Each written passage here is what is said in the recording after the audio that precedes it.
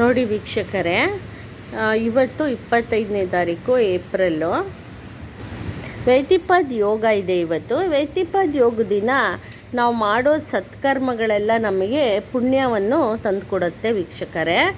ಏನು ಮಾಡಬೇಕಂದ್ರೆ ಇವತ್ತು 1 ಲೋಟ ನೀರಿಗೆ 1 ಲೋಟ ಸಕ್ಕರೆಯನ್ನು ಹಾಕಿಬಿಟ್ಟು ಶಿವನಿಗೆ ಜಲಾಭಿಷೇಕ ಮಾಡಬೇಕು. ಮಾಡೋದ್ರಿಂದ ನಿಮ್ಮ ಮನೋಕಾಮನೆ ಸಿದ್ಧಿಯಾಗತ್ತೆ. ವೈತಿಪಾದ್ ಯೋಗ ಅಂದರೆ ನಾನು ಲಾಸ್ಟ್ ವಿಡಿಯೋಲಿ ಕೂಡ ಹೇಳಿದ್ದೀನಿ.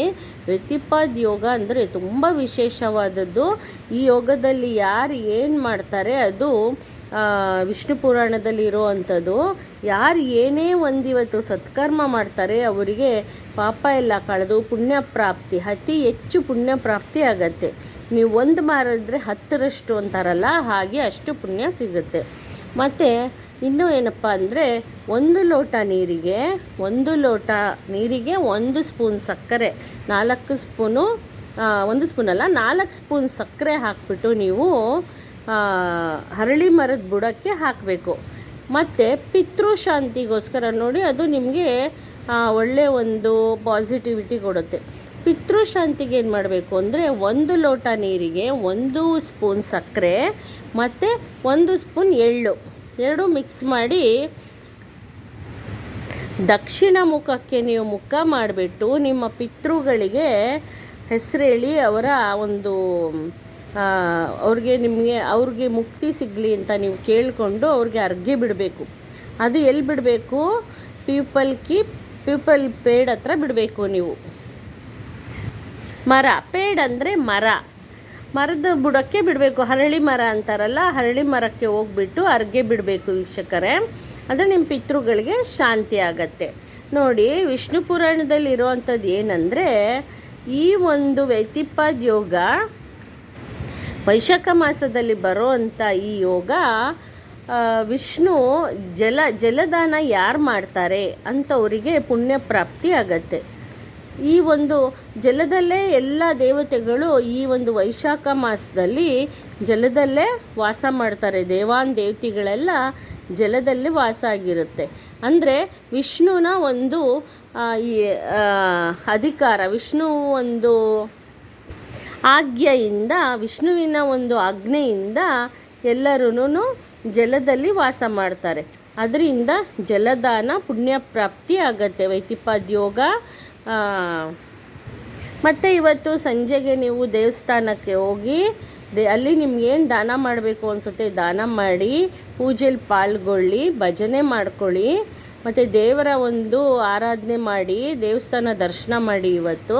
ಮತ್ತು ಇವತ್ತು ನಾಯಿಗಳಿಗೆ ಊಟ, ಪಕ್ಷಿಗಳಿಗೆ ಊಟ, ಮತ್ತು ಹಸು ಕರುಗಳಿಗೆ ಮೇವು ತಿನ್ನಿಸ್ಬೇಕು. ನೀವೇನಾದರೂ ನಿಮ್ಗೇನು ಅಂತ ಕೊಡಬೇಕು ಅನಿಸುತ್ತೋ ಹಸು ಕರುಗಳಿಗೆ ಮೇವು ತಿನ್ನಿಸೋವಂಥದ್ದು, ಇದೆಲ್ಲ ಪುಣ್ಯ ಪ್ರಾಪ್ತಿ ಆಗುತ್ತೆ ಇವತ್ತು ಮಾಡೋದ್ರಿಂದ ನಿಮಗೆ ಎಲ್ಲ ಸತ್ಕರ್ಮ ಏನಿರುತ್ತೆ ಎಲ್ಲ ಸತ್ಕರ್ಮ ಮಾಡಿ ಪುಣ್ಯ ತಗೋವಂಥದ್ದು ಇವತ್ತು.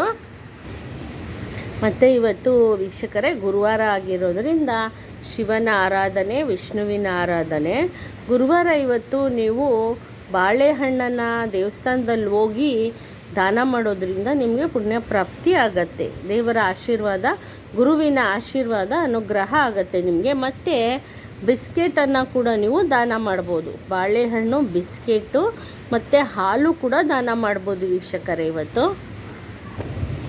ಮತ್ತು ಸಂಜೆಗೆ ನೀವು ಮನೆ ಬಾಗಿಲಲ್ಲಿ ದೀಪ ಅಂಟಿಸ್ಬೇಕು. ತುಳಸಿ ಕಟ್ಟೆ ಹತ್ರ ನೀವು ತುಪ್ಪದಲ್ಲಿ ದೀಪ ಅಂಟಿಸ್ಬೇಕು. ಮತ್ತು ಮನೆಯಲ್ಲಿ ನೀವು ತುಪ್ಪದ ಆರತಿಯನ್ನು ಬೆಳಗಬೇಕು. ಸಂಜೆಗೆ ದಾನ ಎಲ್ಲ ಮಾಡಿ ಇವತ್ತು ನಿಮ್ಮ ಶಕ್ತಿ ಅನುಸಾರ ನಿಮಗೆ ಪಕ್ಷಿಗಳಿಗೆ, ನಾಯಿಗಳಿಗೆ ಹಾಗೂ ದನಕರುಗಳಿಗೆ ಆಹಾರ ತಿನ್ನಿಸಿ ನಿಮಗೆ ಪುಣ್ಯ ಪ್ರಾಪ್ತಿ ಆಗತ್ತೆ.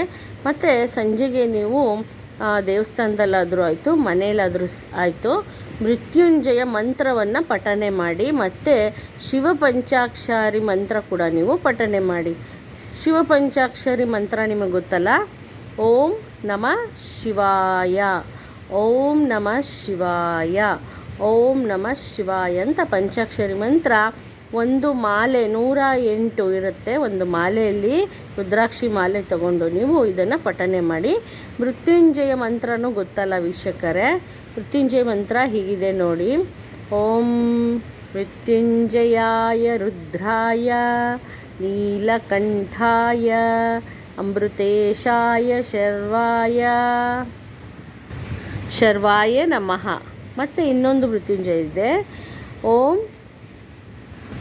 ಜುಂ ಸತ್ ತ್ರ್ಯಂಬಕಂ ಯಜಾಮಹೇ ಸುಗಂಧಿಂ ಪುಷ್ಟಿವರ್ಧನಂ ಉರ್ವಾರುಕಂ ಇವ ಬಂಧನಾತ್ಮಂ ಮೃತ್ಯುರ್ಮೋಕ್ಷೀಯಮಾಮೃತಂ. ಇದೊಂದು 2 ಮೃತ್ಯುಂಜಯ ಮಂತ್ರ ಇದೆ. ನಿಮಗೆ ಯಾವುದು ಈಸಿ ಅನಿಸುತ್ತೆ ಅದನ್ನು ನೀವು ಒಂದು 9 ಬಾರಿ 21 ಬಾರಿ ಹೇಳ್ಕೊಳ್ಳಿ. ಇದು ಆರೋಗ್ಯಕ್ಕೋಸ್ಕರ. ಇವತ್ತು ವೈದ್ಯಪಾದ ಯೋಗದಲ್ಲಿ ನೀವು ಮಾಡೋದ್ರಿಂದ ನಿಮಗೆ ಪುಣ್ಯ ಪ್ರಾಪ್ತಿ, ಶಿವನ ಆಶೀರ್ವಾದ, ವಿಷ್ಣುವಿನ ಆಶೀರ್ವಾದ ಸಿಗುತ್ತೆ. ವೈಶಾಖ ಮಾಸದಲ್ಲಿ ಗುರುವಾರ ನೀವು ಮಾಡುವಂಥ ಪ್ರತಿಯೊಂದು ಸತ್ಕರ್ಮಗಳು, ಪೂಜೆ ಪುನಸ್ಕಾರಗಳೆಲ್ಲ ನಿಮಗೆ ಫಲವನ್ನು ತಂದು ಕೊಡುತ್ತೆ ವೀಕ್ಷಕರೇ. ಮತ್ತು ನಾನು ನೆಕ್ಸ್ಟ್ ಚಾನಲಲ್ಲಿ ಸಿಗ್ತೀನಿ. ನಮಸ್ತೆ ವೀಕ್ಷಕರೇ.